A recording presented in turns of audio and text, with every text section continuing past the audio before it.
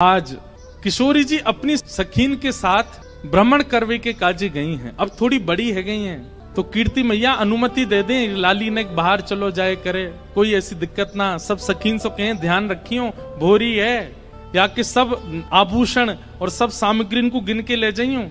किशोरी जी आज यमुना तट देखने की जिद करती हैं और सब सखीन के साथ यमुना तट गई हैं। यमुना जी की अविरल धारा देख करके किशोरी जी तो वहीं बैठ गई और सब सखीन से बोली, आज यहीं कछु पामेंगी, यहीं कछु भोजन करेंगी, जाओ वन में से कछु फल ले आओ, वन में से कछु पुष्प ले आओ, एक दूसरे को श्रृंगार करेंगी और यहीं फल को सेवन करेंगी। तो एक एक करके सब सखियां चली गई हैं और सब ढूंढ रही हैं, कहीं से फल तोड़ के, कहीं से पुष्प आदि तोड़ करके चयन करके लाने के लिए सब सखियां चली गई हैं। इतने में ही यमुना जी के उस पार नंद भवन है और नंद भवन से श्री ठाकुर जी खेलने के लिए आ रहे हैं। यमुना तट पर ठाकुर जी पहुंच गए। जैसे यमुना जी के तट पर पहुंचे, यमुना जी के तट पर जाकर के सामने की ओर देखा, बड़े बड़े नेत्र और माथे पर सुंदर रोरी को बिंदा लगाए करके, नील वसन पहन करके छोटी सी किशोरी जी बैठी हैं। ठाकुर जी बहुत देर तक तो मानो जैसे छिप करके आड़ में थी देखने लगे। सूर श्याम देखत ही रीझे, ठाकुर जी देखते ही किशोरी जी के मुखमंडल में ऐसे आसक्त हुए कि सब भूल गए। चक डोरी हाथ में लिए खड़े भये, गिर गई नीचे। और जो भी ठाकुर जी बड़े अदा में निकले ना, बड़े सज धज के निकले, बहुत स्वरूप साज सज्जा सब धारण करके निकले, बड़े कॉन्शियस रहे अपने स्वरूप के प्रति। लेकिन किशोरी जी को देख करके सब भूल भाल गए। ठाकुर जी किशोरी जी को देखा और देखते ही ठाकुर जी सोचने लगे, बोले अरे भैया मैं जाए के पूछूं तो सही जी कौन है, और जी कहाँ ते आई है, कहाँ इनको गांव है, कहाँ इनको नाम है, कैसे आई है, पूछूं तो। वहां सामने छोटी सी किशोरी जी बैठी है, यहाँ ठाकुर जी पीत वस्त्र पहन करके आए। किशोरी जी अपलक नेत्रों से यमुना जी को देख रही हैं। ठाकुर जी आए, थोड़ी आगे आकर के ऐसी अदा करने लगे कि किशोरी जी की नेक दृष्टि पड़े। कछु गान लगे, कछु करन लगे, कछु ऐसे इशारे करने लगे कि किशोरी जी की नेक दृष्टि पड़े लाला पे। इतने में ठाकुर जी के स्वर सुनकर के किशोरी जी ने नेत्र उठाए करके देखो, और जैसे ही किशोरी जी की दृष्टि पड़ी ठाकुर जी पर, ठाकुर जी पूछ रहे हैं, अरे गोरी तुम कौन हो, आप कहाँ रहती हो, आपके पिताजी कौन है, और मैंने पहले तो आपको कभी देखो नहीं यहाँ पे, इतने बरस मो यहाँ रहते भय गए। तो किशोरी जी बोली, हाँ देखे में लग रहे हो कि 50 साल के तो होंगे तुम। नेक्सी से हैं, और नेक्सी से किशोरी जी तो पूछ रहे हैं कि मैं इतने सालन ते आ रहा हूँ, मैंने तो आपको देखो नहीं, आपको घर कहाँ है और आपके पिताजी कौन है। किशोरी जी बोली, अरे हम वृषभानु जी की लाली हैं और बरसानो हमारो घर है, वहीं रंग महल में हम रहमे, और यहाँ हमारो खेलवे को कोई प्रयोजन नहीं है, हमारो भवन इतना बड़ा हम वहीं खेलती रहे। अरे जब ते जन्म भयो तब ते आज तक हमने तो अपनो पूरा भवन देखो ही नहीं, इतना बड़ा भवन है हमारे पिताजी को, हमें कहाँ जरूरत पड़ी यहाँ आके खेलवे की। ठाकुर जी बोले, तो फिर अपने भवन में ही खेल लो, काय को आई हो यहाँ पे, यहाँ काय को डोल रही हो, ऐसी छोटी सी हो, कोई हरण करके ले जाएगा तुम्हारो। किशोरी जी बोली, वो तो आज सखीन को मन हो कि यमुना तट पे चलें, या हमारे हम उनके संग आए गई हैं, बाकी तो या स्थान में हमारे बरसाने में मना करी गई है कि जमुना तट और जमुना के पल्ली पार जानो ही नहीं है। ठाकुर जी बोले, वो काहे को, बोले हमारे बरसाने में ऐसो कहवे कहा कि जमुना के तट पे और जमुना के पल्ली पार एक छोरा डोले, और वह छोरा को नाम तो मैं ना लूंगी, ऐसो सुनो वह को नाम गावे तो प्रकट है जाए। ठाकुर जी बोले, अच्छा कोई और पता, हाँ नंद जी को लाल आए, वो नंद जी को छोरा, बाकी पिताजी को नाम नंद है, वाके काजे हमारे पूरे बरसाने में ऐसो हल्ला है कि वो चोरी करे, माखन की दही की चोरी करे। अब भैया पहले तो चोरी छोटी छोटी वस्तुन की होवे, धीरे धीरे फिर चोर निपुण है जाए तो बड़ी बड़ी वस्तुन ने चोरी करे।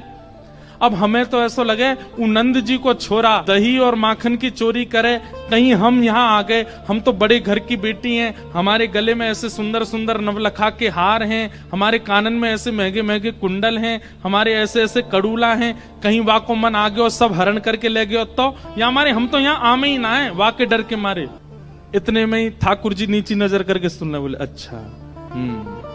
किशोरी जी बोली, अच्छा तुमने देखो वो नंद जी को छोरा, तुम जानो भाई।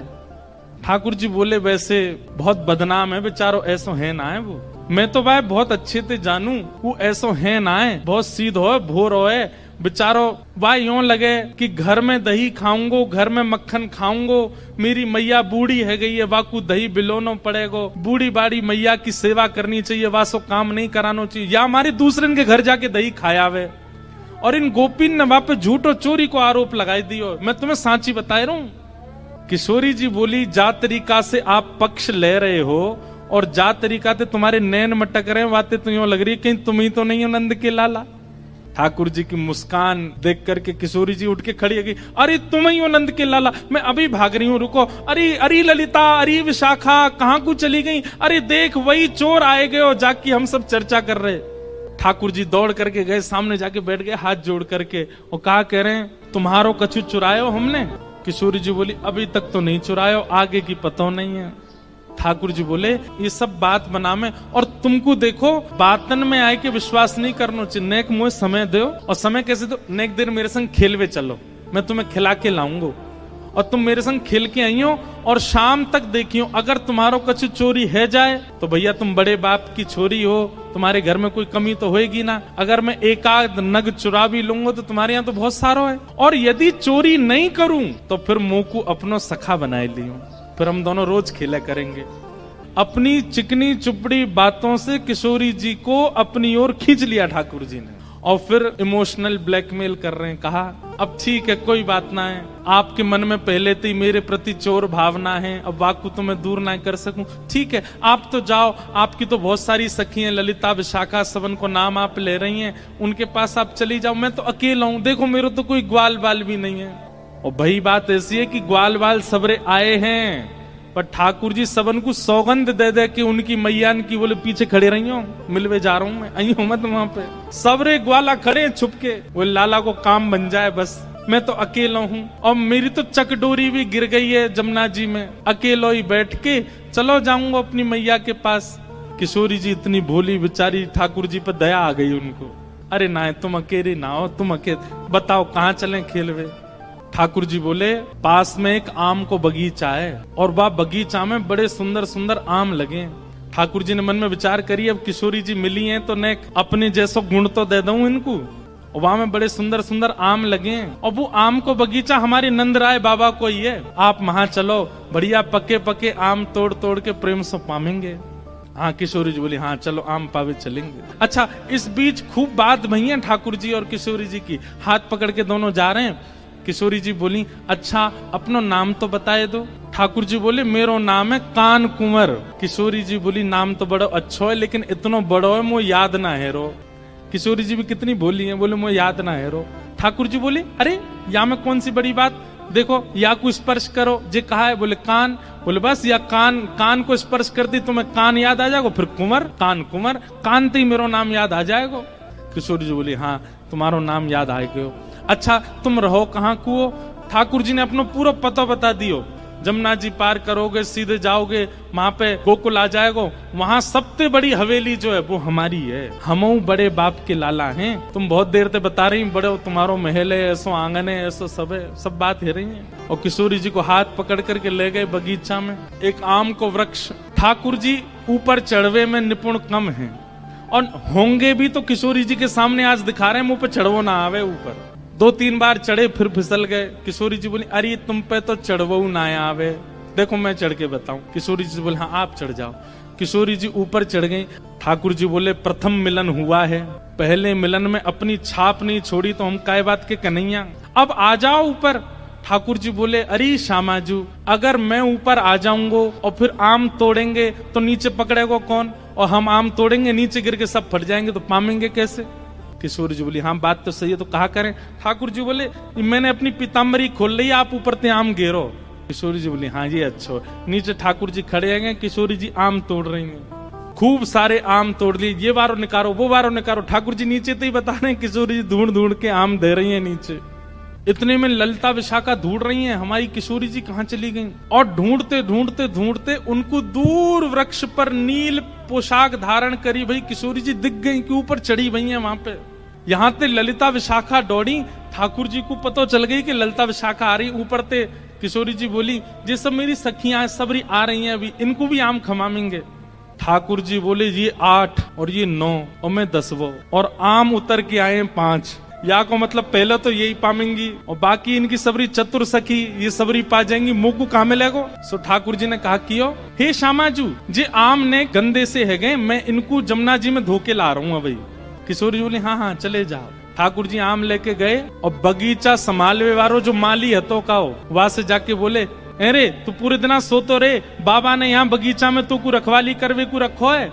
अरे नाय लाला ऐसी बात ना, तेरी बाबा तो जाके शिकायत करूंगा। नाय कछु मत कहियो, देख 9 चोरनी आई है हमारे बगीचा में और सबरी आम चुरा चुरा के ले जा रही, मैं छीन के लाया हूं उनते। 8 तो नीचे उतरी आई, एक अबे ऊपर चढ़ी हुई है, जा देख ले उन्हें। इतने में ही महाराज बगीचा को मालिक आयो, आकर के जैसे ही माने जो दूर से चिल्लाना शुरू, अरे चोर आ गए चोर आ गए। इतने में ललता विशाखा आई, जल्दी से किशोरी जी को नहीं। किशोरी जी बोली अरे वो कान कुंवर आए रहे होगो, कान कुंवर आए रहे होगो। ललता जी बोली भागो यहाँ से, जान बचाओ। जैसे तैसे किशोरी जी को लेकर के भागी वहां से। ठाकुर जी प्रेम से अब आनंद में आगे बोले, हाँ अब नेक बढ़िया हुआ ना, छाप छूट गई नेक। ये प्रथम लीला है, प्रथम मिलन है किशोरी जी और ठाकुर जी का। लेकिन ठाकुर जी ने लीला तो कर दी, लेकिन यहाँ स्थिति ये हो गई कि ठाकुर जी वापस गए और ठाकुर जी के मन में किशोरी जी की रूप माधुरी ऐसी बस गई है। वो नेत्र, वो नासिका, वो मुखमंडल, वो कान, वो चाल, वो बोली, वो सब ठाकुर जी के मन में ऐसी घर करके बैठ गई है कि अब कोई और सुहा नहीं रहे है। छोटे से ठाकुर जी 5 वर्ष के लाला ऐसे गुमसुम चुपचाप बैठे हैं, चलते चलते हंस रहे हैं, बैठे बैठे मुस्कुरा रहे हैं। जैसे एक प्रेमी की स्थिति हो जाती है, नेक से ठाकुर जी की वैसी स्थिति है। और वही स्थिति हो गई है किशोरी जी की।